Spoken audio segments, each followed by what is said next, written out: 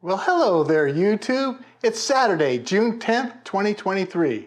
And today I've got a quick little video for you. It's just about installing the water inlet. That's right, just that little thing there on the front of the engine right there. I'm documenting every single part of this build, even this simple little thing like this, That's what my whole channel is about, so if you guys don't know who I am, my name's Tony, and this is Tony Live TV, and I started this channel because a buddy of mine came up and says, hey, why don't you start making some videos and put them up on YouTube? So that's what I've been doing. Unfortunately, I had already done everything underneath the car, so I completely took everything down there apart, just like this engine, every single piece, and then put it all back together.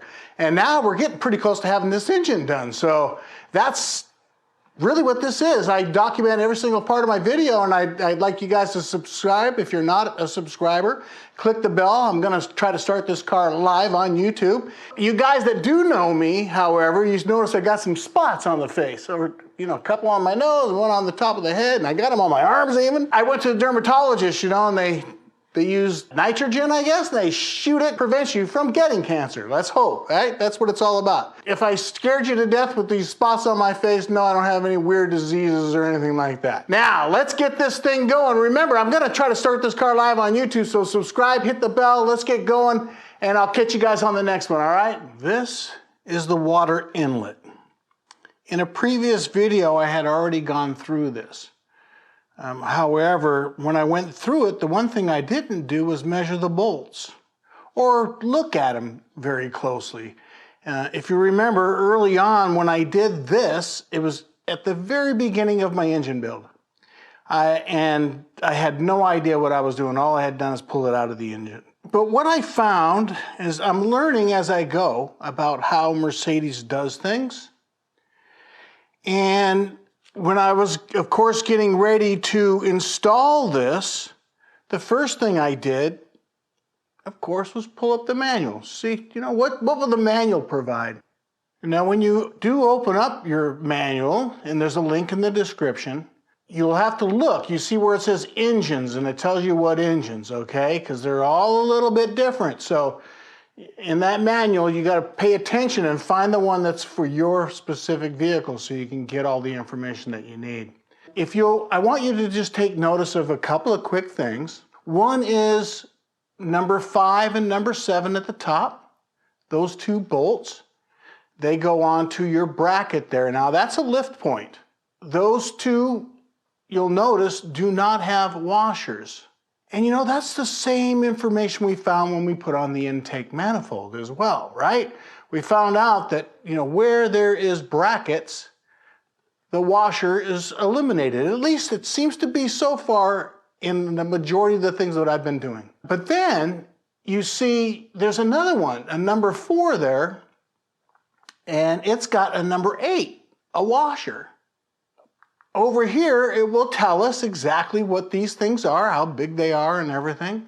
That wasn't really that got to me as much as when I put the bolts through, I noticed that this was here seemed like it was really short, compared to the other ones, because you figure you want this thing to be flat and the length of the bolts that go into the whatever it's going to go into. So in other words, all of these go in like this, as an example.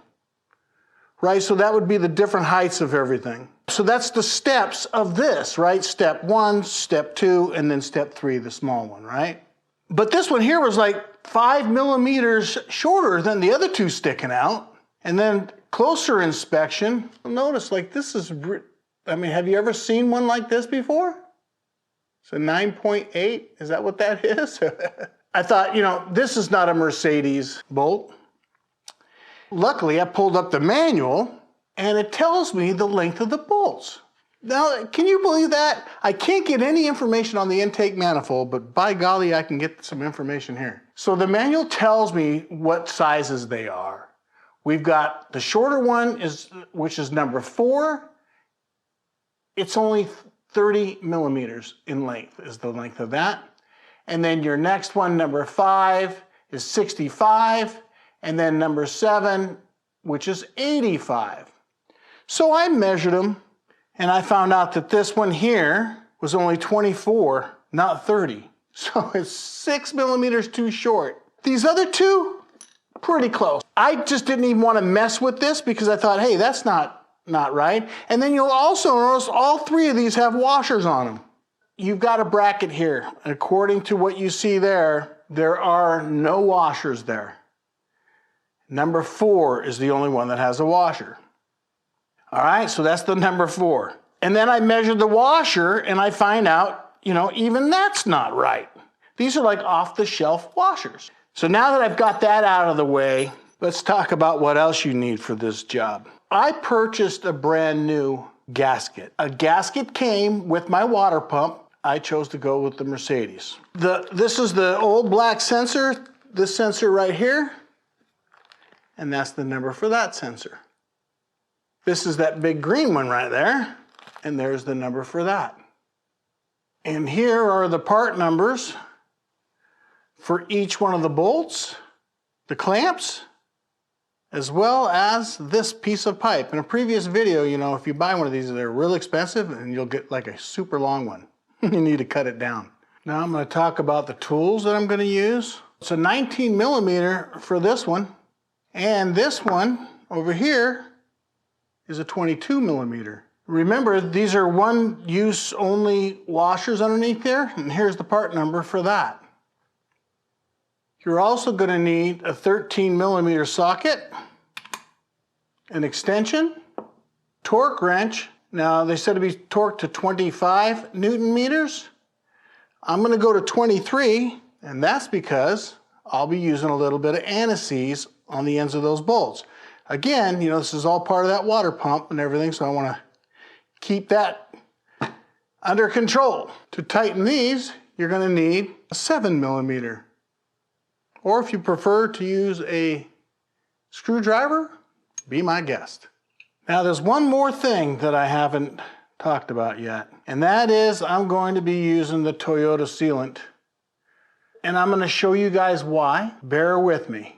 All right, let's go over to the engine and I'll show you. So right here is the reason why I feel I'm going to need to use some sealant. You see how porous it is? It's just as if it was sandblasted. So that's the reason why I'm going to use some sealant on here. I mean, there's even some imperfections. You can see that little bit right there. That's the reason why I'm going to do it that way. The water inlet will sit right here. The pipe goes there. What I did is I tucked these up out of the way.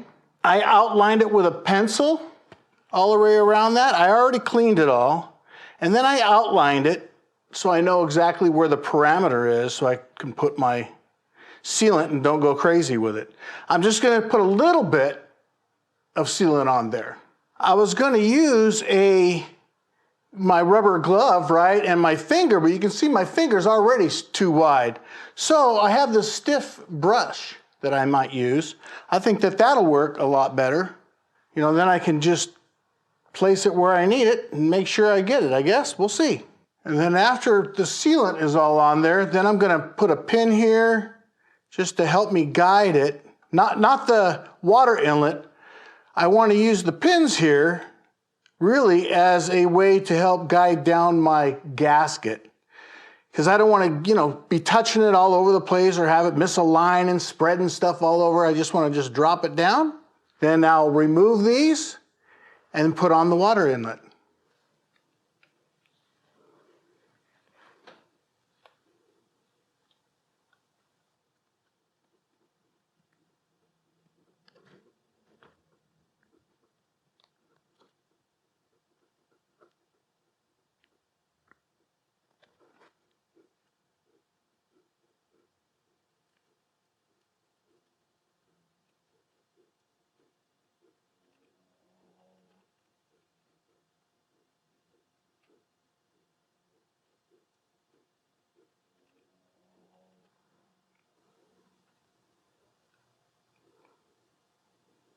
Good, my hand stayed clean, so now I'm going to put in the gasket.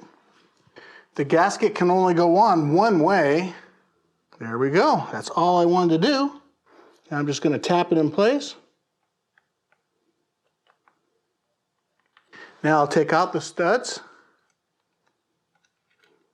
I find the easiest way to place this is right in between this, right here, and then bring it down.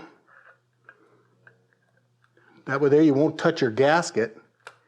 And then come up over the top, keep it straight, and try to push it on, and don't hit anything.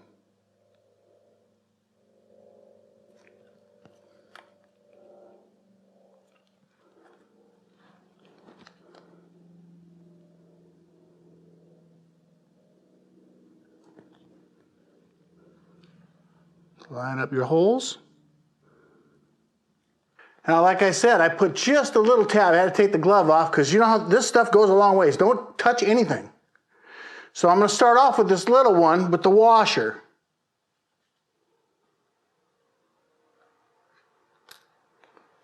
All right, that's been started. Now I'm going to start with the bracket with the longest bolt. I'm going to drop that one in. Next is this bracket here, and the way that it goes is this goes on top. So you have to line that up. I like to, go backwards on the thread so I can feel it catch, and then bring it in. Did you hear it? That way there you know you're lined up on your threads.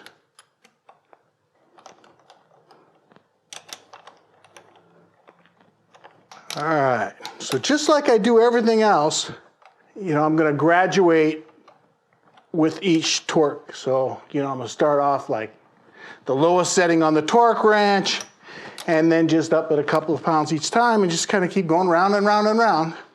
All right, got the torque set to 23 Newton meters, but I'm going to just, like I said, bump it up a little bit at a time. I'm only going to go to 5 or 10, probably. There's 10. And I'll go to the next one.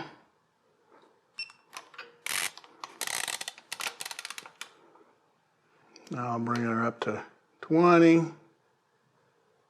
Or let's say 18. Let's go 18. No particular reason why, just because. All right. Now 20. And finally, we'll do 23.